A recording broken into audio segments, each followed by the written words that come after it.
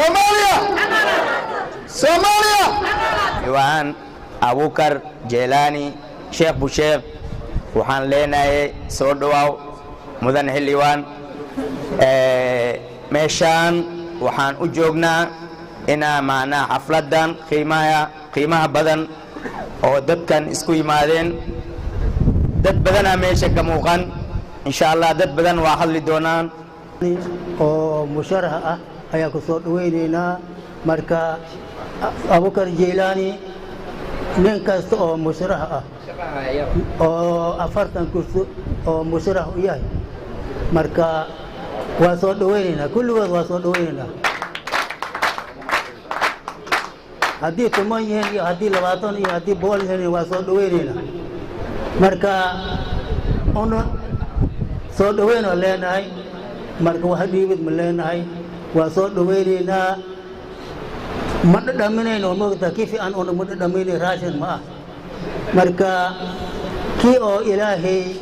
oo wax qabad oo wadanka wax qabanaay ilaahay anoo toosiyo Somalia Somalia Somalia ha israacdo Somalia ha midowdo reer Barawana ha midoobaan intaasi waa intii guubaabada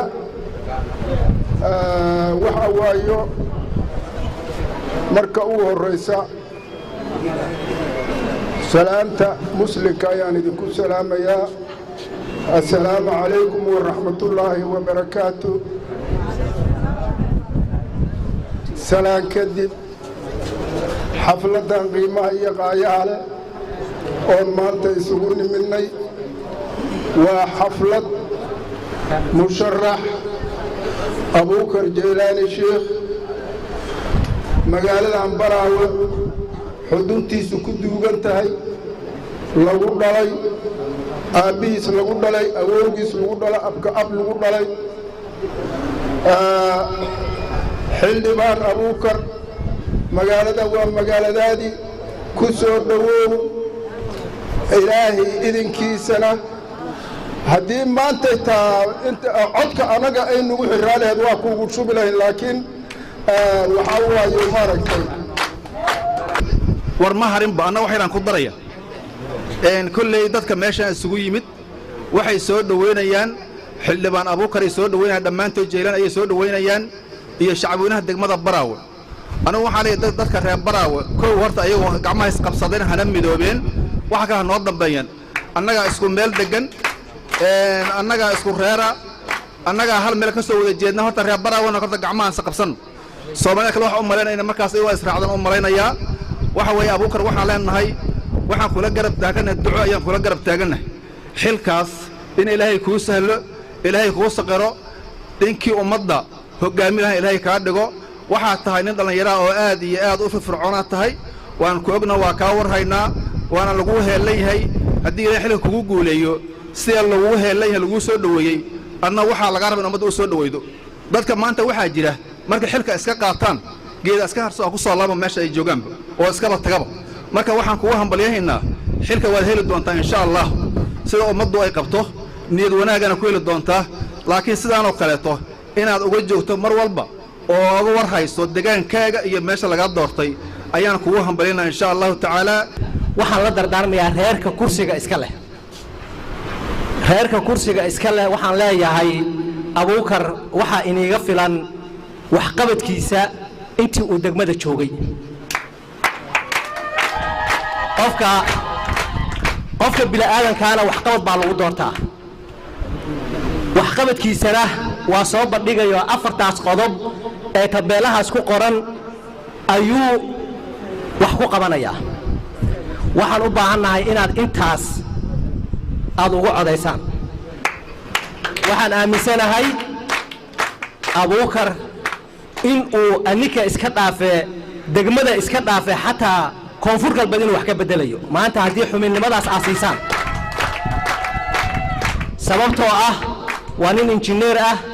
Abukar Sheikh aad baan idinkaga mahad celinaya horta waqtigiina qaaliga aad soo hurteen aniga baan ku jiraa dadka waqtiga soo huray maanta laakiin Abukar ugu horeyn horta waxaan idiin sheegi lahaa anigu weligay meel musharax lagu soo bandhigaya intaan soo istaagay kama hadlin mana aqaano erayo aan markaas ka iraahda halkan laakiin waan la dardaarmayaa abuukar waxaan leeyahay dad badan ayaa jira oo cadaalad darro tirsanaya qofka bini aadamka markuu cadaalad darro tirsanayo waxa uu samayn karaa wax kasta oo karaankiisa ayuu samayn karaa xitaa dhiig ayuu daadin karaa qofka cadaalad darrada tirsanaya haddii cadaalad darrada la tirsanaya ay tahay mid sii badata oo xadka ka baxda nabad ha sugin amni ha sugin dowladnimo ha sugin maxkamad cadaalad kuu xukunta ha sugin talis ama saldhig dacwadaada u dhiibtidoo si cadaalada kuugu xukuma ama kuugu xukmiya ha sugin waxaasoo dhan waxaa u sabab noqon karaa cadaalad darrada la tirsada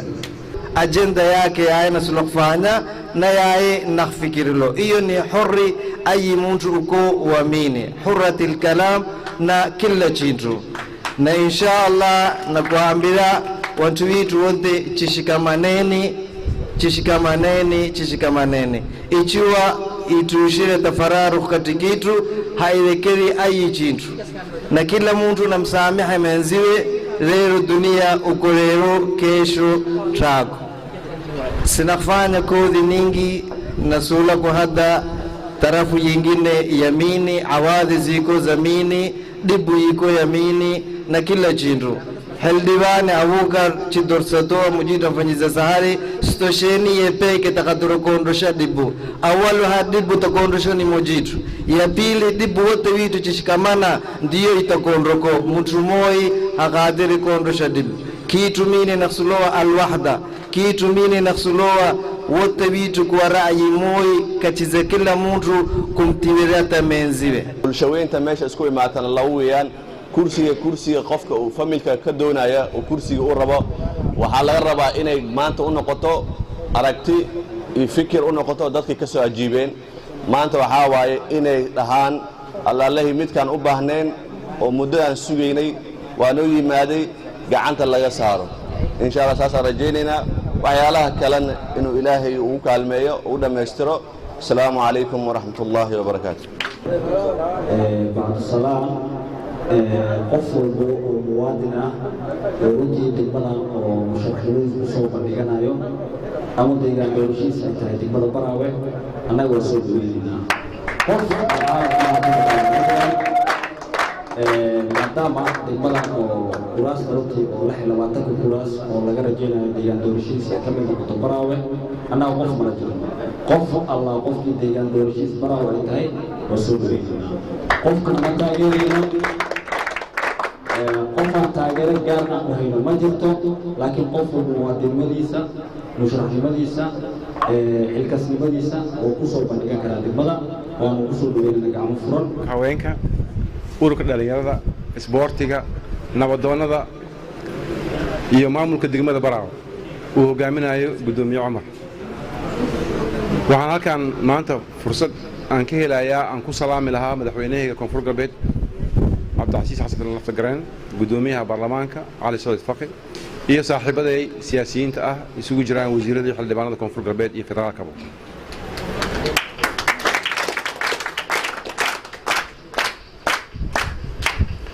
aad baa idin salaamayaa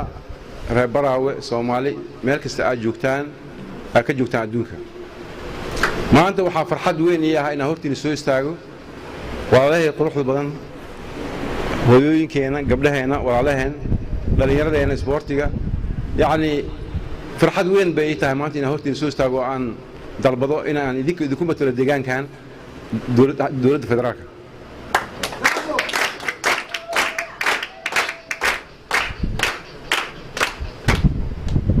la yaab male abaadku waa batay xildhibaano hor laho halkan hore u yimid waxa la yiri jaanjareed dadka dhigtaan markay dadooda gaaraan jaanjarada soo tuuraan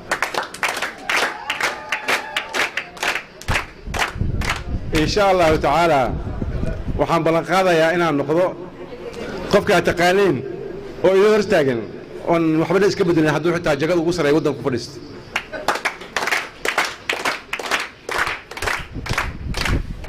waxaan balan qaadayaa marka hore haddii Ilaahay igu guuleeyo xilkan adag deegaan ahaan horta inaan soo degi doono degmada Baraawe aanan ku mashquulin guryahaas iyo hoteeladaas muqdisho ku yaal yacni waa inaan xafiis halkan ku lahaanaa aan ku matalayno deegaanka aan dhibaatadiina ku dhegaysanayno aniga wax kale ma qaban doono waxaan qabanayaa oo dhibaatada deegaankan taal sidaan ku horgeyn lahaa dowladda federaalka baarlamaankeeda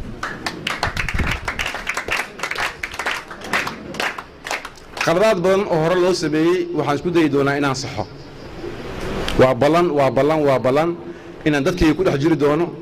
aanan noqon doonin nin janjaro idii isticmaala haddana markuu dadkiis gaaray janjaro soo tuuro marka waa ognahay deegaankan waa faanoole farkama qodna dhibaatooyin badan uu deegaankan saxminayaa maanta jira deegaankan wuxuu u baahan yahay hiil u baahan yahay shaqo badan u baahan yahay wuxuu u baahan yahay waqti badan in la gasho waxaa jira dhibaatooyin ee hadda natural disasterka ay dhahaan badda ay ku hayso guryo badan oo badda ay qaadanayso aan u baahannahay waxa ugu horeeya horta kow taas inaan focus garayno aan fiirino sidaan biyahaas badda aan ku xakameyn lahayn si ay dadku u badbaadaan haddii kale mar dhow badda waxay qaadaysaa deegaanka oo dhan badda way qaadaysaa taa waa midda ugu horeyso midda kale oo muhiimka waxay tahay waa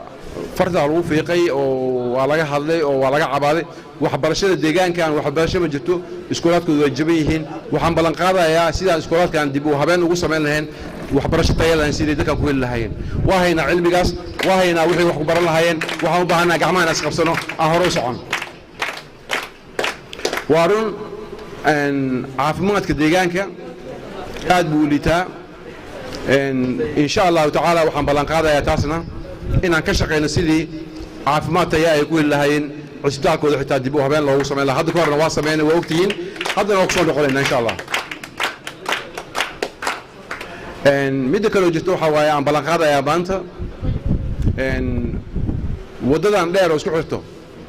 eeraboorka iyo xamar iyo eeraboorka iyo baraaw inay dadka aad ugu rafaadsan yihiin roob markuu da'o waa ognahay eeraboorkeeni markuu roob da'o xitaa inay dhibaatooyin badan iyo caqabado badan ka jiraan laakiin waxaa aniga abuukar ahaan ballan qaadayaa laamigan dheer oo 12 kilomitir oo baraaw iyo isku xira iyo eeraboorka inaan dhisi doonno waa dhisaynaa insha allahu tacaala wixii dhinaca siyaasaddahana reer baraaw ma noqonaysaan dad maxaa lahaa inta lagu shaqaystay ama codkooda laga qaatay haddana laamiga looga tegay ma samayn doono taas annaga haddaan dowladdan ka mid noqon waan dadaalaynaa dhallinyaradeena siday shaqo abuur ku heli lahaayeen shaqo loogu samayn lahaa waan dadaalaynaa sida haweenka lafdhabarka tiirka degmada baraaw ee xuquuqdooda ku heli lahaayeen dhallinyarada iyo isboortiga